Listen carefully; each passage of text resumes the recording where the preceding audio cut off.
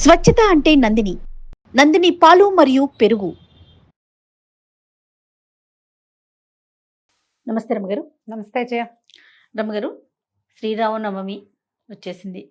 నవమి నుంచైనా రామాయణ పఠనం మొదలు పెట్టండి అనేసి మీరు ఇంతకుముందు మాట్లాడారు కదా. అసలు రామాయణం చదవటం వల్ల వచ్చే ఉపయోగాలు ఏంటి? ఎందుకు చదువుకోవాలి? ఏం నేర్చుకోవాలి? రామాయణం మనకి నేర్పలేని విషయం లేదు. జీవితానికి సంబంధించిన ప్రతి అంశం ఉంది. ప్రతి విషయం రామాయణం వల్లే తెలుసుకుంటాం. మనం రామాయణమే నేర్పిస్తుంది. మనం నేర్చుకోగలగాలి అంతే. ఇప్పుడు ఏదైనా జయ ఒక విషయం ఇది మంచిది అని చెప్పంగానే ఎందుకు అని ఒక ప్రశ్న వస్తుంది. ఖచ్చితంగా వస్తుంది. ఇది జరుగుతుంది అట్లా. మనకి రామాయణాన్ని ఎవరు ఎలా చెప్పారు? వాల్మీకి మహాముని నారదుల వారి దగ్గర తెలుసుకుని ఆయనే ఆ ప్రతి ఘట్టాల్లోనూ తను నిలబడి చూసినట్టుగా తెలుసుకుని బ్రహ్మదేవుడి అనుగ్రహంతో రామాయణాన్ని రాశారు. ఆది కావ్యం, పవిత్ర గ్రంథం. రాముడు మనకి దైవం. కాకపోతే మనం రాముడు దైవం అంటే రాముడు భగవంతుడు, శ్రీమన్నారాయణుడు, నేనే ఇలా పుడతాను అని ఒప్పుకుని తనంతట తను వచ్చి తను ఇక్కడ భూమి మీద ఏమేమి చేయదలుచుకున్నాడో అవన్నీ సజావుగా చేసి తను ఎలా వెళ్ళదలుచుకున్నాడో అలా వెనక్కి వెళ్ళిపోయాడు. భూమి మీద కొంతకాలం నివసించాడు మానవులతో పాటుగా. భగవంతుడే. కానీ భగవంతుడిగా నివసించలా, పరిపూర్ణ మానవుడుగా ఉంటానని ఒప్పుకుని వచ్చాడు. నేను ఇలా ఉంటాను అని చెప్పొచ్చాడు. ఒక రాజకుమారుడుగా జన్మించాడు. క్షత్రియ వంశంలో పెద్ద కుమారుడు. సహజంగా జ్యేష్ఠుడికి రాజ్యార్హత ఉంటుంది. అవును. రామాయణం ప్రకారము దశరథుల వారి మూడో భార్య అయిన కైకేయిని వివాహం చేసుకునేటప్పుడు ఆమె కుమారుడికి పట్టం కడతామని అన్నారని కూడా ఒక వాదన వినపడుతుంది. లెక్క ప్రకారం జ్యేష్ఠుడైన రాముడికి అవకాశం లేదని ఈయన ఆవిడికి చెప్పారు మాట. ఈయనని కాదు, ఆ వివాహ సమయంలో ఆవిడ తండ్రి ఈయనకి సంతానం లేదు, ఒకవేళ మా అమ్మాయికి సంతానం పుడితే అతన్ని రాజు చేయాలి అన్న ఒక పాయింట్ ఏదైనా వచ్చి ఉండొచ్చు. రామాయణంలో మనకి విచితంగా పెద్దగా కనపడదు. కానీ దశరథ మహారాజే దాని ముందు వెనకలుగా మాట్లాడుకునే చాలా మాటల్లో బహుశా ఇలా ఏదైనా ఉంటేమో ఉండుండవచ్చు.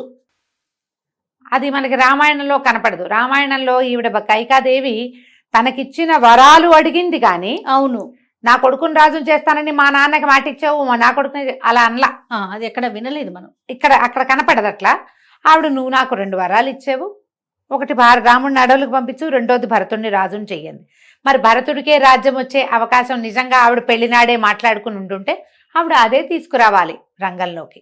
ఆవిడ అది తేలేదంటే అది లేదేమో, ఒకవేళ తెలీదు మనకి.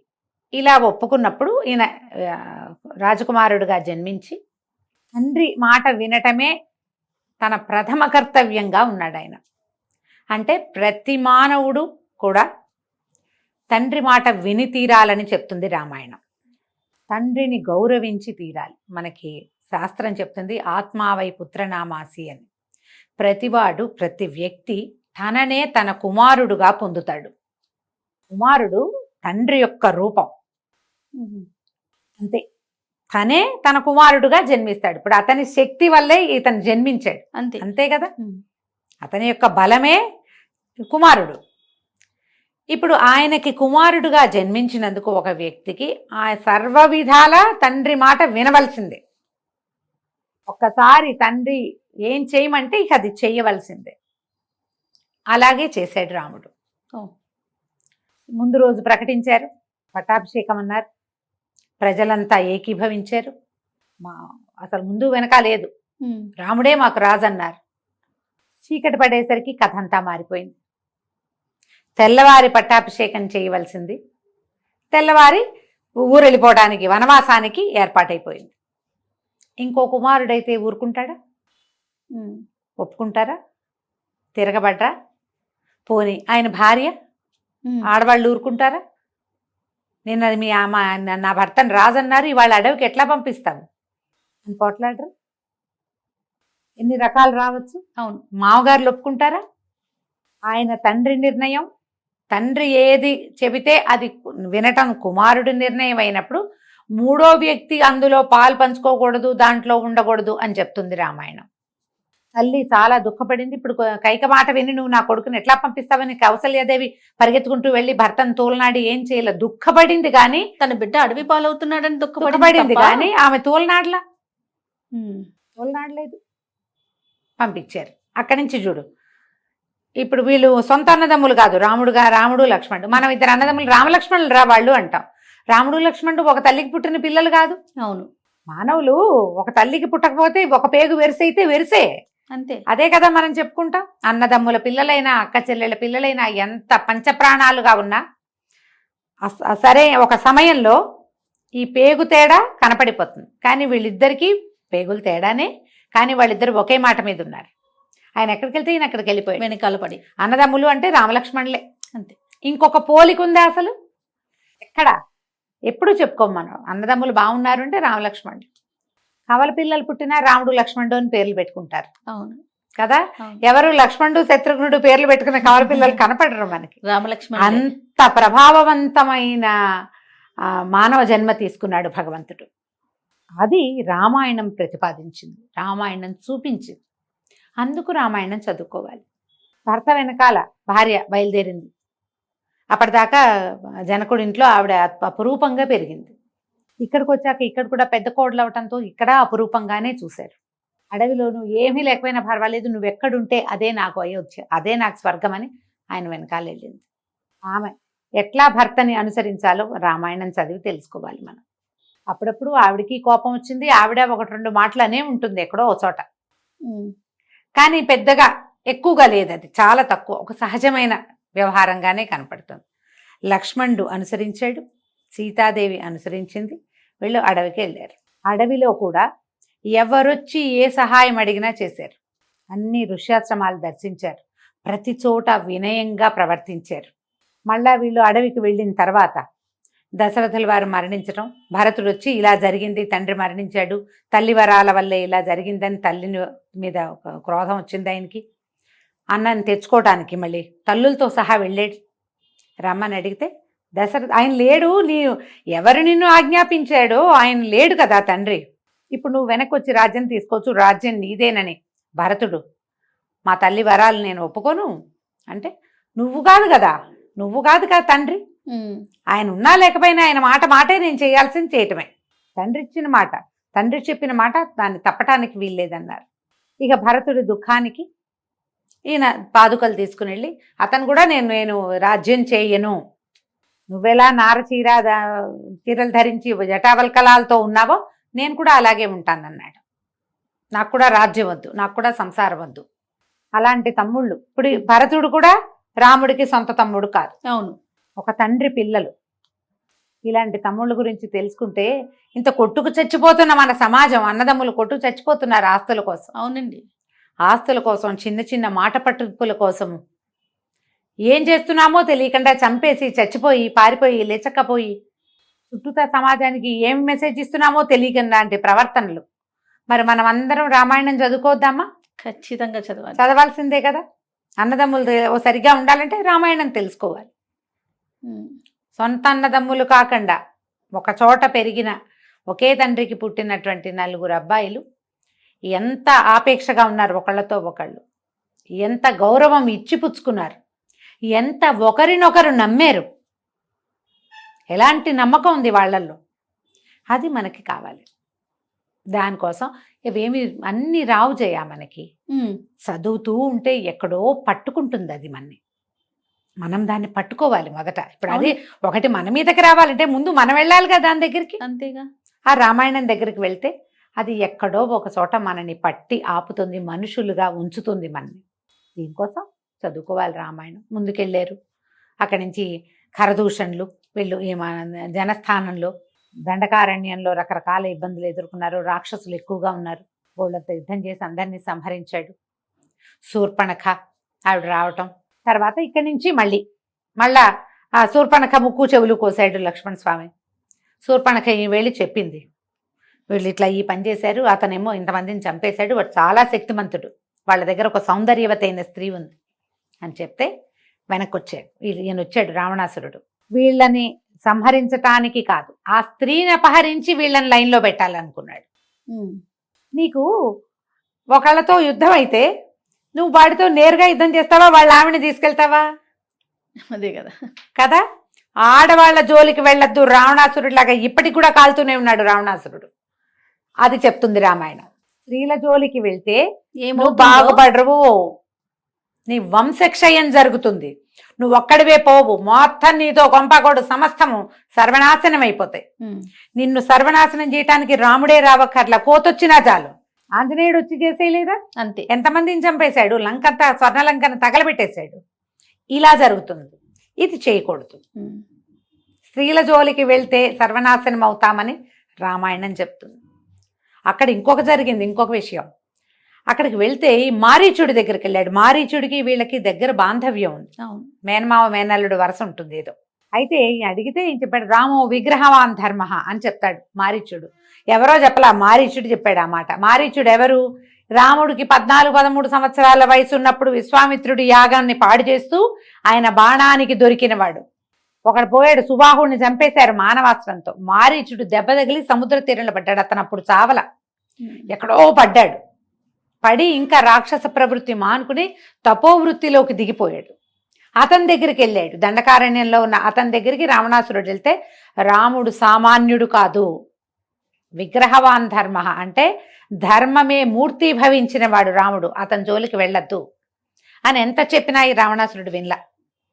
ఎవరైనా మంచి చెప్తే వినాలి, శత్రువుని ఎవడు పొగుడతాడు? అదే కదా కదా.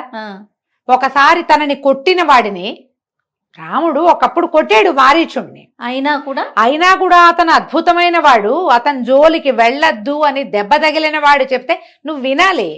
వినలా రావణాసురుడు. చివరికి ఏమయ్యాడు? పోయాడు, సర్వనాశనం, సమస్తము పోయింది కదా, అంతా పోయింది. వాళ్ళ కర్మానుభవాలను బట్టి జరుగుతాయి. ఏది వినాలి అనేది చెప్తుంది రామాయణం. వినాలి. వినకపోవటంతో రావణాసురుడు ఏం చేశాడు, సీతాదేవిని తీసుకెళ్ళాడు. భార్య చెప్పింది ఆయనకి, ఈ అమ్మాయిని తీసుకోవద్దు, ఇవాడు వద్దు మనకి అని. మొదటే కాదు, ఈ అమ్మాయిని ఈ సీతని వెనక్కి పంపించేసే అని మొదట చెప్పింది. ఆంజనేయుడు వచ్చాక చెప్పింది, యుద్ధం అప్పుడు చెప్పింది, ఇప్పుడైనా సరే నువ్వు రాముడికి అప్పచెప్పేసేయి అని. అయినా వినలా. భార్య మాట వినండి అని చెప్తుంది రామాయణం. వినకపోతే ఇలా అవుతామని. అన్నదమ్ముల మాట వినండి, ధర్మం చెప్తే తమ్ముడు వినాల్సింది. మన తమ్ముడైనా వాడు నీకు నచ్చనిదైనా ధర్మం ఎవరు చెప్పినా వినాలి. చెప్పాడు ఆయన విభీషణుడు, రావణాసురుడు వినలేదు. ఇలా మనం ప్రతి ఘట్టంలో ఎంచి ఒక్కొక్క పాయింట్ చొప్పున తీసుకోవచ్చు. ఇందుకు రామాయణం చదవాలి. దేశకాలమాన పరిస్థితులు వేరు చేయాలి. రామాయణం మనకి 2 యుగాల ముందుది. రామాయణం తర్వాత వచ్చినటువంటి మహాభారత గాథలు, అందులో శ్రీకృష్ణ పరమాత్మ రాముడి తర్వాత అవతారంగా భగవంతుడు ఎత్తిన లీలామానుష విగ్రహుడు అయినటువంటి శ్రీకృష్ణుని అవతారం వల్ల మనం ఏం తెలుసుకున్నాము? భారతంలో జరిగిన వ్యవహారాలన్నిటితో పాటుగా భగవద్గీత నేర్చుకున్నాం మనం. అంత లీలామానుష విగ్రహుడు, కొంటెవాడు, అల్లరివాడు, దొంగవాడు, అన్ని రకాల వాడులుగాను ఉన్న కృష్ణుడు మనకి బతుకంటే ఏమిటో చెప్పెళ్ళాడు. అవును, మనం దాని మీదే ఉంటాం. భగవద్గీతే మన జీవిత పాఠం. దాని ముందున్న రామాయణము మన జీవితానికి ఒక ఆలంబన, ఒక గీత, దిక్సూచి. అది పైన రాసిన రాత, అంతే. దాన్ని చూసి రాసుకోవాలి, మనం నేర్చుకోవాలి. ఆ నేర్చుకోవడానికి మనం రామాయణం చదవాలి. ఆ కాలం నాటి పద్ధతులు, విధానాలు కొంత అప్పటికి ఇప్పటికీ మారింది ప్రపంచం. బేసిక్ థింగ్ ఒకటి ఉంది, మనుషులుగా జీవించటం, ధర్మాన్ని పట్టుకోవటం, తాను నమ్మిన ధర్మాన్ని విడవకుండా ఉండటం. ఇవి బేసిక్ పాయింట్స్. మిగిలినవంటావా, ఆ కాలం నాటి రాచరికపు పద్ధతులు వేరు, విధానాలు వేరు, స్త్రీ పురుషుల వ్యవహారాలు వేరు ఉంటాయి. అవన్నీ రకరకాలు. మహాభారతంలో కూడా అలాగే ఉన్నాయి కదా. మహాభారతంలో దేవర న్యాయాలు అవి ఇవి రకరకాల గాథలు ఉన్నాయి. అలాగే కదా మరి ఇప్పుడు వీళ్ళు పాండవుల పుట్టుకలు కానీ, పాండవుల ముందు ధృతరాష్ట్రుడు, పాండురాజు వాళ్ళ పుట్టుకలు కానీ అవన్నీ తీసుకోమని కాదు, బేసిక్ రూల్స్ తీసుకోవాలి. మనకి రామాయణం నాటి పద్ధతులు వేరు, భారతం నాటి పద్ధతులే వేరు. ఆ రెండిట్లలో ఒక రకమైన ధర్మం చర్చకి రాలా, డిఫరెన్స్ ఉంది. తరం యుగం మారటం వల్ల. అప్పటికి ఇప్పటికీ యుగం మారింది కాబట్టి ఇప్పుడు ఇంకా డిఫరెన్స్ ఉంది. ఎక్కడా రామాయణంలో ఆయన తనని తాను భగవంతుడిగా చూపించుకోలే. భగవంతుడిగా రామాయణం రాముణ్ణి ప్రతిపాదించదు, రాముణ్ణి పరిపూర్ణ మానవుడిగా చూపిస్తుంది అంతే. మనం ఒక పరిపూర్ణ మానవుడైనటువంటి భగవంతుని అవతారమైన రామచంద్ర ప్రభువుని జ్ఞాపకం చేసుకోవాలి. ఆయనలాగా జీవించటానికి మనకి శక్తి కావాలని ఆయననే ప్రార్థించాలి. ఉండగలిగాడు ఆయన. టఫ్ కదా అది, మరి చాలా కష్టం. ఆ కష్టసాధ్యమైన దాన్ని ఆయన ఏ దిటవుతోటి ఏ సమర్థతతోటి నిలబెట్టుకున్నాడో ఆ సమర్థత కోసం మనం ఆయన్ని ప్రార్థించాలి, పూజించాలి, తలుచుకోవాలి. పైగా ఇప్పుడు ఈ రామ శబ్దం ఇది పరమేశ్వరుడు ప్రతిపాదించిన శబ్దం. రామ అంటే చాలు, ఆ శబ్దమే మనని కడతేరుస్తుంది. ఆ శబ్దంలో ఉన్న శక్తి అది. అంత శక్తివంతమైన శబ్దాన్ని ఈ రాముల వారికి నామధేయంగా కుదిర్చారు. కాబట్టి ఆయన్ని తలుచుకుంటే ఆయన యొక్క కళ్యాణ గుణాల్లో లవలేశం ఏదో ఒకటి ఆవగింజ నూగింజ అంత చిన్నదైనా అలా మనకు అంటుకుంటుంది. కాబట్టి రామాయణం చదువుకోవాలి. దాని మీద ఆ కాలం నాటి పద్ధతులు, వాళ్ళు అక్కడికి వెళ్ళారా, ఉన్నారా, తిన్నారా, ఇలా పెళ్లి చేసుకున్నారా, వాళ్ళ నాన్నగారు అలా చేశాడు, భార్యను అలా ఎందుకు చెయ్యాలి, ఇవన్నీ మనం ప్రశ్నించకూడదు. ఆ కాలపు విధానాలు వేరు అంతే. దాని మీద డిస్కస్ చేసేంత లేదు మనకి అసలు. ముందు ఇది రమ్మగారు ప్రధానమైన మాట ఇది మనకి లేదంతా. మనం అంత టోలం వాళ్ళం కాదు. మనం ప్రతి వాళ్ళు ప్రశ్నించటము, సమాధానాలు చెప్పడం. నీకు అసలు ఏం తెలుసు, తలాతోక తెలీదు, తూ అంటే తా తెలీదు, ప్రశ్నించడానికి తెలీదు, సమాధానం చెప్పడానికి తెలీదు. మనం ఆ కాలాలు చూడలేదు కదా. కాబట్టి మనకి తెలియని కాలంలో ఉన్న ధర్మాధర్మ విచక్షణ వివేచన దాని మీద డిస్కషను వెళ్ళకుండా అత్యద్భుతమైన విషయాలు ఏమున్నాయో వాటిని చూడండి, అవి తెలుసుకోండి. తప్పు దానికోసమని రామాయణం చదువుకోండి. ఏ రకంగా కుదిరితే అట్లా. సంస్కృతంలో వాల్మీకిని చదవగలిగారా, అద్భుతము, పరమాద్భుతం. జీవితం తరించిపోతుంది వాల్మీకి రామాయణంతో. లేదు నీకు రాదు, నీ వల్ల కాదు, తెలుగులో అనువాదాలు ఎవరెవరో మహానుభావులు ఏ జన్మలో చేసుకున్న పూర్వపుణ్యంతో రామాయణాన్ని అనువదించగలిగేంత అవకాశం ఇచ్చాడు భగవంతుడు. వాళ్ళని చదువుకుందాం, వాళ్ళని పట్టుకున్నా వెళ్ళిపోతాం. మనం ముందు సాధించిన వాళ్ళని ఎవరో ఒకళ్ళని పట్టుకోవాలి కదా మనం. అవును కదా. వాల్మీకిని పట్టుకోలేకపోతే అనువాదకులను పట్టుకుందాం, వాళ్ళని పట్టుకునైనా మనం ఆ దారిలోకి వెళ్తాం. సంస్కృతంలో అయినా రామశబ్దమే, తెలుగులో అయినా రామశబ్దమే, రామనామమే మనని భవతారక మంత్రం, ఈ సంసారం నుంచి మనని బయటికి తీసుకెళ్తుంది, మనకు ఒక సరైన దారి చూపిస్తుంది. దానికోసమని ఎల్లవేళలా ఈ పండగ పండగ పరదినం ఈ పరదినం అని లేకుండా ఏటెళ్ళ కాలము రామాయణాన్ని పఠించండి, తలుచుకోండి. తప్పకుండా రమ్మగారు. జై శ్రీరామ్. జై శ్రీరామ్. జై